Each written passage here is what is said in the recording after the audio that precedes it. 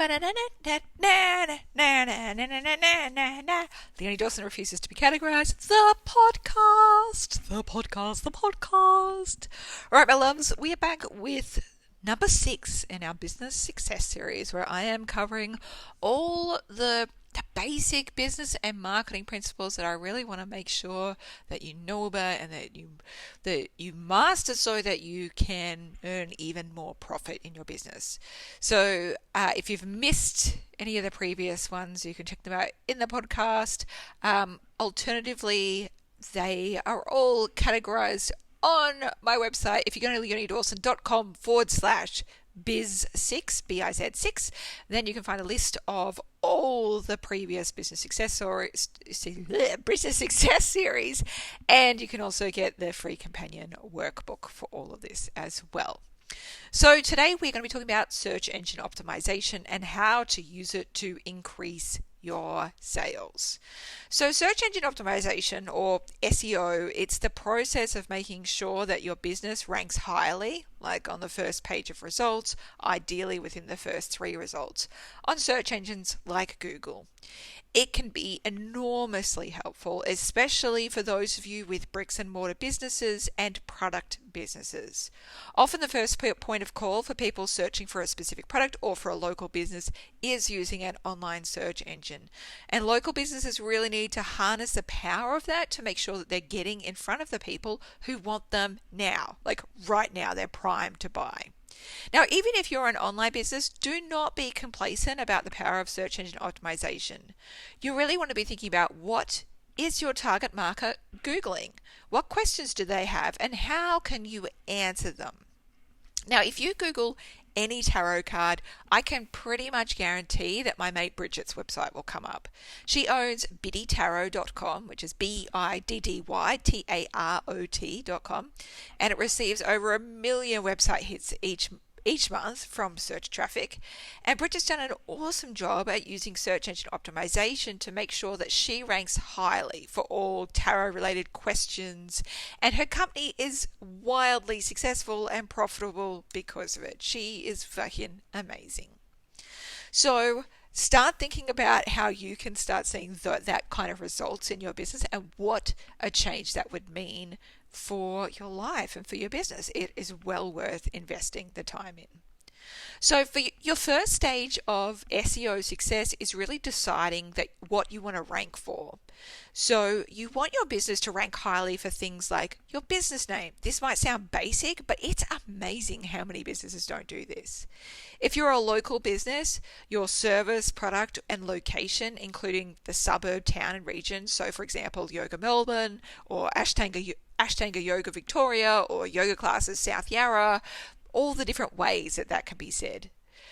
If you sell online for a specific country, you want to try and rank for search terms like Soy Candles Australia or soycandles.au. You really want to brainstorm both the specific and the wide terms that people might be using. So for example, with the whole soy candle stuff, people may be searching for organic blue soy candles. They might be looking for scented candles. Then I might be looking for Halloween candles. Like all the different fucking things that people could possibly be searching for, both specific and wide. You want to make sure that you target that and include that in your search engine optimization. You also want to brainstorm what interchangeable terms that people might be searching for. So for example, if you're an energy healer, they could be using energy healing, Reiki healing, all the different ways people talk about that kind of stuff. Woo-woo healing. Hands-on healing, all the different things. And you also want to brainstorm what questions people might be asking on Google about your industry or product, that you can create a blog post that helps answer it. Now, there's an additional tool to help you brainstorm. You can use Google's free keyword planner, and it can help you search for search terms. So you could use this to research how many people are interested in your niche, see what other keywords they're searching for that you might want to target as well. You could also see if the keywords that you want to target are highly competitive, like harder to rank for, or lower, which is easier to rank for.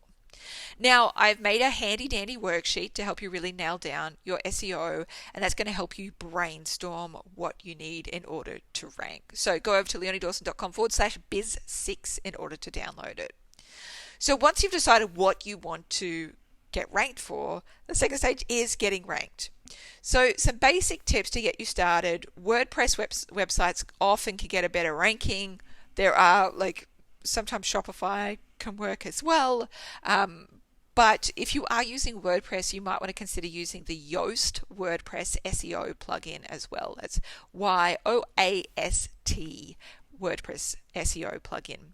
Make sure that you have as well in your website title the things that you most want to be ranked for. For example, your name, your business name, your location, industry. You also want to name your pages and use headings like H1 and H2 with words that you most want to be ranked for. And create blog posts or articles with titles that address exactly the questions people have about your product or service. If you service multiple suburbs or multiple areas, you want to make sure that you're including all of that as well. So for example, with some local companies that I am searching for, I am searching for my specific suburb instead of my region. And I notice when I go to those websites, like if they've come up number one, they will say, we service these suburbs. And then there's this long fucking ass list of 80 different suburbs, but they've made sure to include them instead of just saying Sunshine Coast region, because that way when I go to search for my suburb, they come up really high in that search. Now, I'll be the first to admit, search engine optimization is a strange science, but it's doable, it's learnable, just like everything else in business and life. When I said to Bridget Esselmont, how have you become a fucking SEO, you just know everything. And she's like, I just got a free ebook 10 years ago, and I just followed it. It just gave some hints, and I just followed it. I did the fucking thing. And I just think that's such a beautiful, it's often the way, right? We think there's going to be this magic science to how they've done it. No, they just followed the fucking ebook, She couldn't even remember what ebook she used. She's just some free, maybe I spent $6 on it.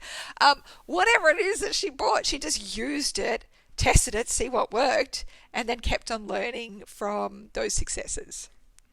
So don't get overwhelmed by it. Just decide to implement what you can step by step. So for me, in my own businesses, I decided this is right in the early days, I wanted to rank highly for Goddess, as it was part of my branding, my target market, all that kind of stuff. It was a fairly competitive word to aim for, so I only ended up being able to reach the top of the second page, or on a really good day, the bottom of the first page. But I also had secondary words like Goddess Art or Goddess Meditations that I worked hard to rank highly in SEO, and I did really well in those. And I wanted to rank for the location of events that I ran in as well, so I managed to do that. And I read a couple of SEO books, I read blog articles about SEO, I implemented and tested, I got an SEO report done on my website with tips how to rank higher, and I started writing blog posts and articles on my website with those search engine optimization kind of tactics in hand.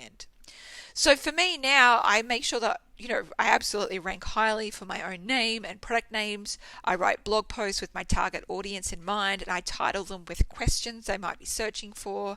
And I regularly look over my Google Analytics, which is a free resource that helps you track how many visits your website's getting, where they're going to, what they've searched for to get there, to see which posts and pages are getting the most amount of traffic. Because when you know that, then you can start thinking about how you can kind of duplicate that success.